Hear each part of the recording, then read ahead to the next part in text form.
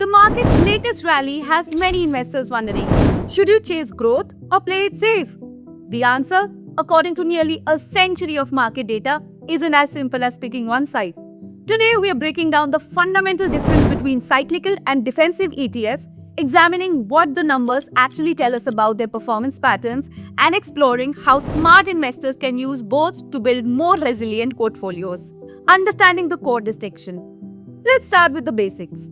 Cyclical sectors move in sync with economic cycles. Think automobiles, real estate, and tourism.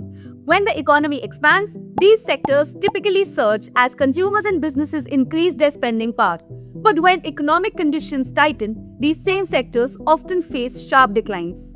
Defensive sectors, on the other hand, consist of companies providing essential goods and services that people need regardless of economic conditions. We are talking about food, healthcare, utilities, companies that keep running even when everything else slows down.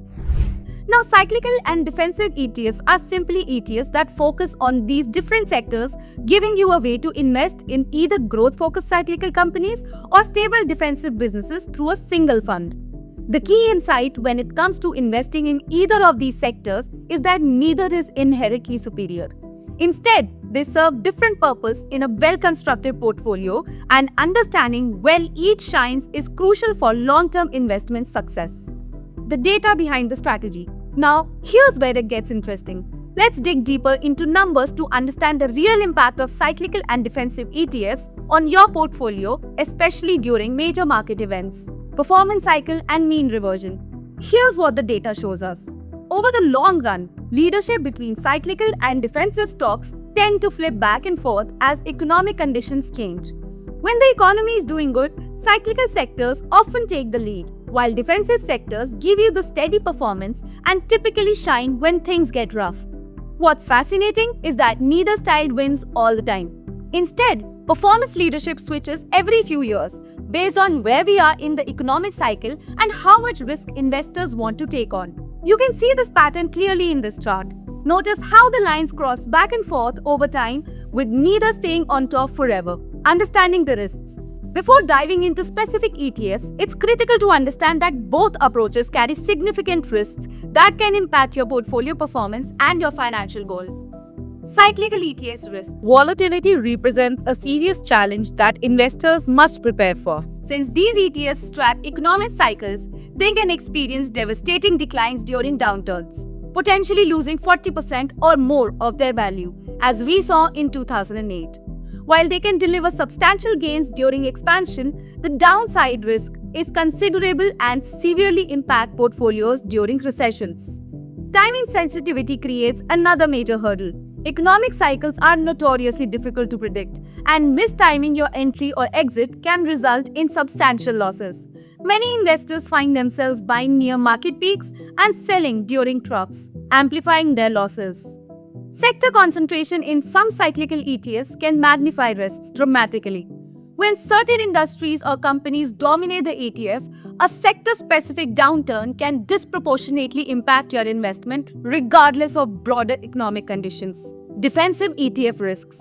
Growth limitations represent a significant opportunity cost. While defensive ETFs provide stability, they typically underperform during economic booms, potentially causing your portfolio to lag substantially behind market returns during bull markets. This underperformance can compound over time, significantly impacting long-term wealth accumulation. Regulatory risk pose serious threats, particularly in highly regulated industries like utilities and healthcare. Policy changes, new regulations, or shifts in government priorities can dramatically impact these sectors, sometimes overnight affecting your returns regardless of economic conditions. ETF selection complexity creates another layer of risk.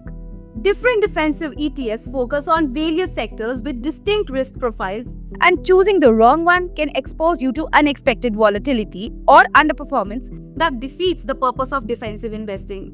ETF options worth considering. Now that we have covered everything you need to know about cyclical and defensive sectors, let's take a look at specific ETFs that put these strategies to work in the real world. Cyclical ETFs. Let's begin with cyclical ETFs. Number 1. Vanguard Consumer Discretionary ETF (VCR). Vanguard Consumer Discretionary ETF (VCR) tracks the MSCI US Investable Market Index, Consumer Discretionary 2550 Index with a low 0.09% expense ratio over the past 5 years. It's generated an absolute return of 81%. Number 2. Industrial Select Sector SPDR Fund ETF XLI. Industrial Select Sector SPDR Fund ETF XLI focuses on the industrial sector, tracking the Industrial Select Sector Index with a 0.08% expense ratio. It's delivered 116% absolute return over the past 5 years. Defensive ETFs. Now you'll be curious to know the performance of some of the best defensive ETFs. So let's find out. Number 1. Vanguard Consumer Staples ETF VDC.